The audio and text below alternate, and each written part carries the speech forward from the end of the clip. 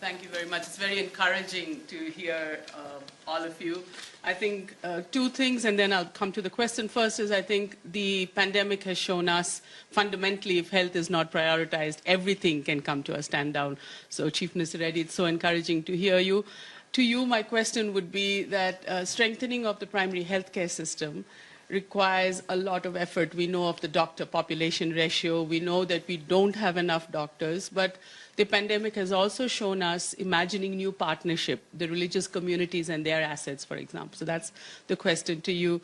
And the second question, of course, is to companies like AstraZeneca, which have made such a huge difference in the transfer of not only intellectual rights and products and vaccines. India is a beneficiary. India is also a contributor. Is how do we keep children as priority?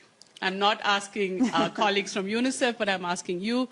I come from a country where 44% of the population are below 18. They have been the invisible face of the pandemic, to quote UNICEF. They will need 24 months, if not more, of investment to just come out of this crisis. How can we put, and to you as well, how can we put children back on the roadmap? They are not our priority at the moment. And you were speaking of resilience. One of the things that we say in public health, I head a Gandhian organization in India. We say it's mental health. When we speak of mental health and resilience, we say it's a connection between internal assets that a child has and external resources that a society provides. The pandemic really has shown us that that link has to be established. So to people who can make a difference for children from outside, UNICEF keeps advocating that we have missed many opportunities to do that. And to you, Chief Minister Reddy, it's so wonderful to hear you speak about the healthcare system, but it will require persistence. Already this year, the central budget in India has a shrunken health budget. So how do we keep that going? Thank you. Thank you.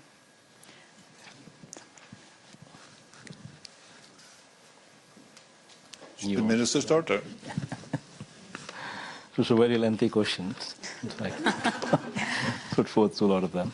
But as she rightly said, we have constraint on the funds. But yes, this is something that we need to deal with it. And in spite of our difficulties, we're pushing through with it.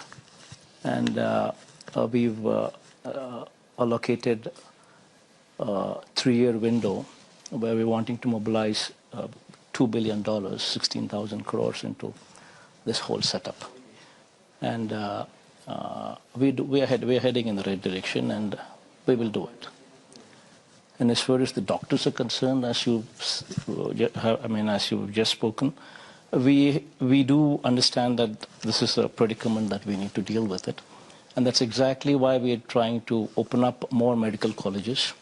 We're coming up, the state had 11 teaching colleges, medical colleges, till our regime had come in.